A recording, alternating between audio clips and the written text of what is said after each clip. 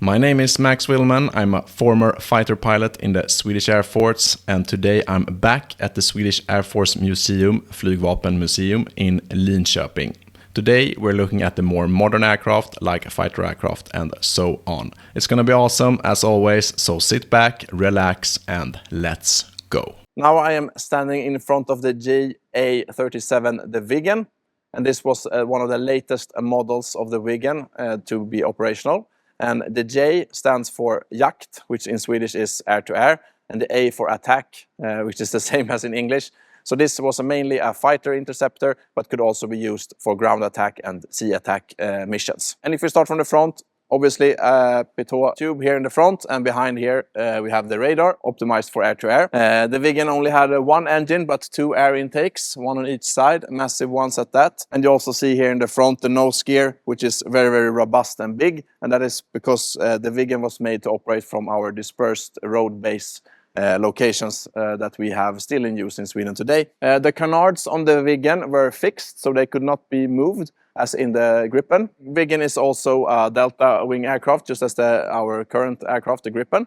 Here we have one of the wingtip units, where you could mount radar warning receivers. More pylons here. We have some navigational lights, of course. Big elevons here, and the fin is without any horizontal stabilizers, just as the Draken and the Gripen. And when we continue here to the back, we have one of the most special innovations, and that is the ability to reverse the engine. When you land on a short runway in a road base, you can pull down this shovel and make sure that the airflow goes forward instead, which in turn makes sure that the aircraft brakes really, really fast. So no braking chutes or anything like that. And it could also go in reverse, can then start off again. So that's quite unique for a big aircraft like this. And when we come to the left-hand side, we can talk a little bit about the armament of the Viggen. This is a Robot 71. Robot stands for missile in Swedish. It's a Skyflash, and that was the main air-to-air radar missile.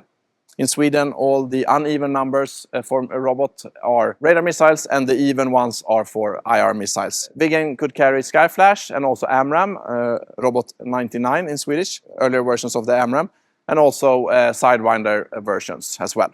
When we come here, we see the emergency generator, that if you get a power shortage, this would come out of the side of the aircraft and would, by airflow, generate electricity so you can power your instruments that you need to fly and safely land the aircraft. And to finish things off here in the middle, we have the gun, a big gun, 30 millimeters, slightly less quick rate of fire as typical American guns, but a larger dimension, which of course packs a big punch. And now we are standing in front of the J-35 Draken, or Dragon as it is translated in English.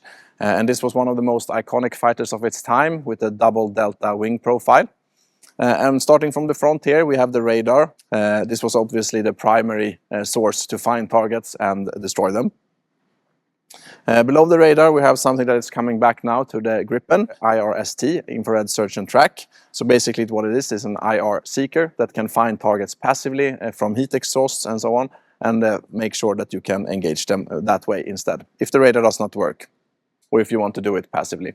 The right hand air intake, and the left hand, of course, also is integrated in the first part of the double delta wing. Below we can see the nose gear and also the help generator or the emergency generator. We also have a small VHF antenna. We have some points where you can hang weapons, mainly older versions of the Sidewinder missile. I talked to old Draken pilots, and their average duration of one sortie during their career was 31 minutes. So that is extremely short.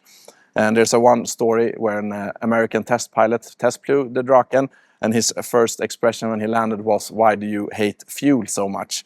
So that goes to show that the Draken was a typical interceptor. It did not have so much fuel. It was made to quickly climb up to altitude, engage Soviet bombers, and then immediately land afterwards. The gun, more VHF antennas, of course. Unfortunately, they have screwed off the second part of the delta wing here for space, but we will see it on the other side where the school version of the Draken is, where we can see both the entire double delta. During superstall maneuvers, the classic Cobra maneuver, there were actually points where there was not enough real estate to bring the plane back to level flight, and we had some crashes because of that. So actually they were a little bit too small for those kinds of maneuvers. The Draken was also the first aircraft from Saab to not have a horizontal stabilizer. Instead, we only have the fin, and the rest of it is taken care by the double delta wing. The engine is an RM6C, and this is the exhaust. Obviously, you take that off before flight. And another thing that's quite unique with the Draken when it comes to Swedish airplanes and Saab airplanes is that you could fit a landing chute. And this was because Sweden has and still has operational from very, very dispersed bases, road bases and so on, and the chute made sure that the Draken could brake quicker than it would have otherwise. Aircraft number 37 instead had reverse capabilities, and the Gripen, our current aircraft, has canard wings that can be used as air brakes to get the short runway operations working. But the Draken used the brake chute. Coming back here on the other side, we also have the second delta screwed off. But if we look to my right here, we see a school version of the Draken, the two-seater, and here that you can see the entire double delta wing in its full glory.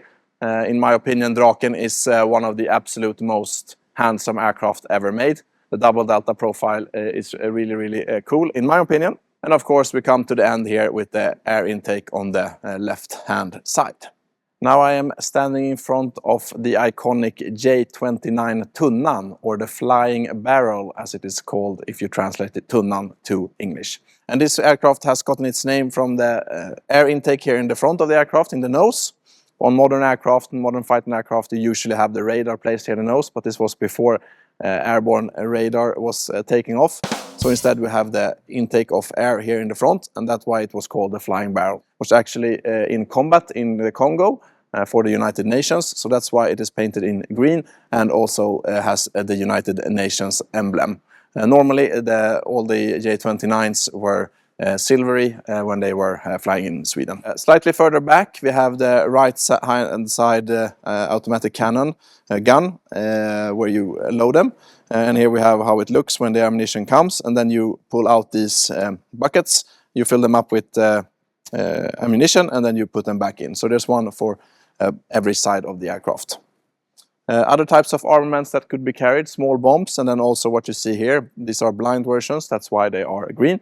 Rockets, 4 under each wing, and quite big ones at that. Tunnan could also carry, the A29 could also carry extra fuel tanks, 1 on each side. And if we continue along here, you can see the United Nations emblem painted on the right wing here, and also behind this landing gear extender. In the back, of course, the exhaust of the engine, and the J29 has the classical horizontal stabilizer with fin, not present on the J35 or the JA37 or the Gripen. And here in the back we get a bit better view of the United Nations emblem. We also have an antenna for VHF, another extra fuel tank. The missions in the Congo were of course very, very long, and was very far in between airfields. So they really wanted to carry extra fuel when they did their missions in the Congo.